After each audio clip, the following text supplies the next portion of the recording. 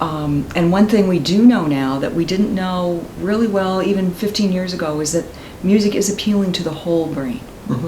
Because it's so multifaceted. You've got rhythm, you've got melody, you have acoustic properties, you've got pitch, you've got dynamics, you've got all those things you can work with that are resulting in different parts of the brain being accessed. So it makes sense that if you're working with a person who has a disability and their whole brain is not working in a coherent fashion, that you can kind of invite with music that brain to start to work in a new way. We have to have a child who's engaged with us a little bit before any of that, any letter learning or anything like that is going to happen, or math facts or whatever it is,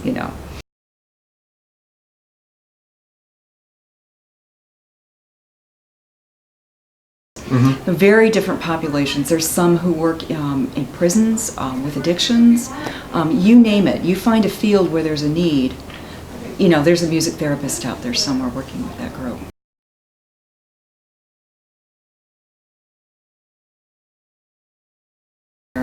And you put another relationship with another person who's truly interested, in your response. Music just oils that, makes it easier. So I don't have to go in and say, okay, now today we're going to be working on the letter B, I can come in and say, all right, today it's bubbles, and the kid goes,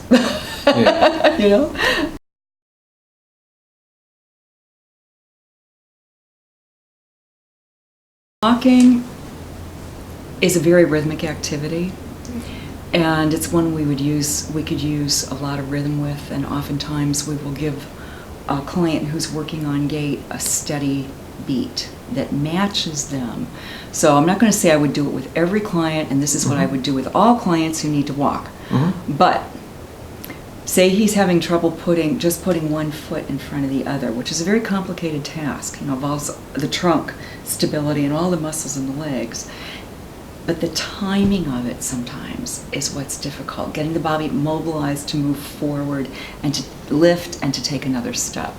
And if you put rhythm to that, maybe some melody too, but a rhythmic sense of where to put your foot next seems to be very helpful for a lot of clients who are working on that.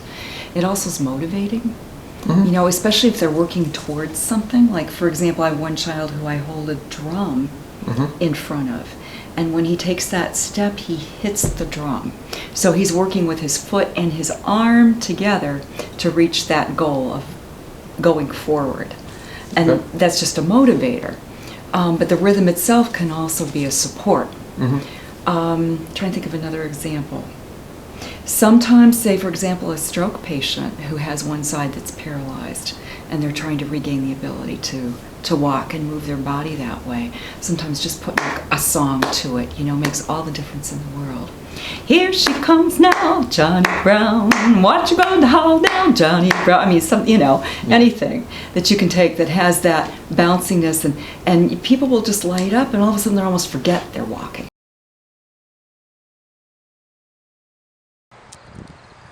Hi, introduce yourself. Hi, I'm Roger Bowman. What do you do? I play soccer for Wings Lock and Safe. Wings Lock and Safe. Yeah, man. What gets you pumped up before a soccer game? Dude, it's all about the music. Kind of music do you listen to get pumped up before a game? Probably more than like punk upbeat stuff.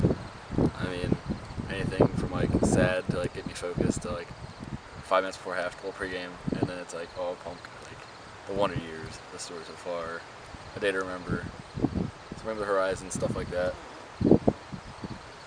As an athlete, what does music mean to you? It means a lot, honestly. Like, not only like does it get like pumped up, like there's like things I can like connect to. Like, I don't know how to explain it, but there's like songs I can connect to. It means a lot to me. So. How does it get? What kind of mindset does it put you in before a game? Like, I'm ready to tear somebody up. Yeah. I'm ready to score. How long have you been playing soccer? Since I was 2, so I'm 17, so 15 years. How does music make you feel? Music makes me feel like I'm my like self. Like I don't have to be like worried about everybody else like judging me. Like when I put my headphones in, it's just me and the music.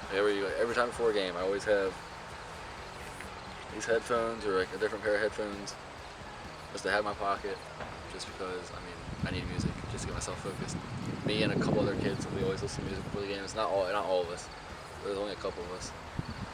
But yeah, like you asked, yeah, not all the time. It hasn't been. Not all the time. Do you feel that it's helped you a lot throughout your high school career since yeah, you're going into college now yeah. and you're gonna be playing soccer? Oh yeah, I mean, you could tell like by like the games I listen to music, you can tell my performance. The games where I don't like listen to music. When I listen to music, I'm focused, and it's me the ball. That's all that matters, and getting the ball behind the net. But like when I'm not listening to music, I'm not focused. I play like a lousy like douchebag kind of. Yeah. So, I mean, Do you think you'd be as successful as a soccer player today without the use of music? no. Like I said, like you can tell my performance like when I do listen to soccer before a game to when I really don't listen to soccer before a game.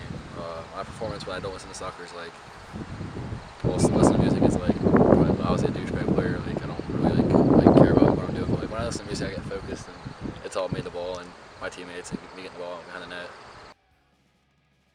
Soccer's my life. Soccer's my passion. Soccer's my goal. Soccer's my everything. It's all fueled by music and the music I listen to.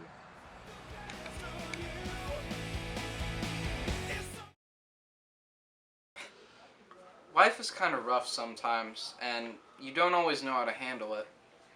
I've always felt comfortable as myself, but sometimes it's like you're alone, and that's scary. You don't really know how to tell people about it, or sometimes you kind of feel like a burden telling people these problems, because you just kind of feel like you're presenting this whole take pity on me thing, when that's not the case at all, but you just don't want to bother people with your problems. For a long time, I went through this thing where I just kind of lost interest in everything, and I quit caring about almost everything there was to care about. I disconnected from my friends and what was going on with them.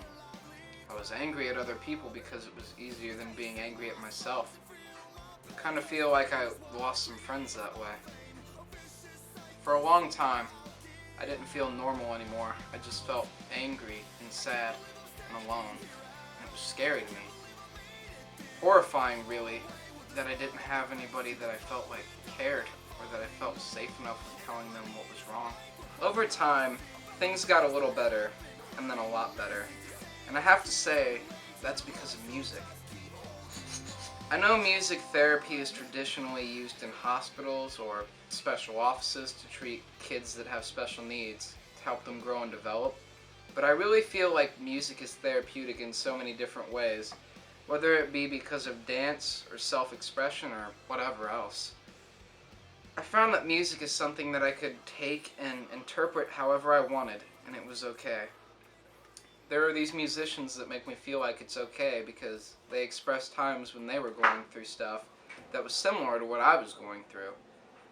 And that's amazing because when I felt alone, I knew I wasn't. And to look at them and know that they're okay is awesome. And I knew that I would be okay soon if I just kept my head up and I kept telling myself that I'd be okay. Music is something that you can relate to on a personal level that makes life so much easier every day. I'm still not back to my normal self, but I can sit with my friends now and talk and laugh, and I can get excited about stuff and look forward to things. It's like I'm in a much safer place than I was just 6 months ago. Some days are hard, but putting in earbuds and just listening to music can make such a difference. I don't know where I'd be without music.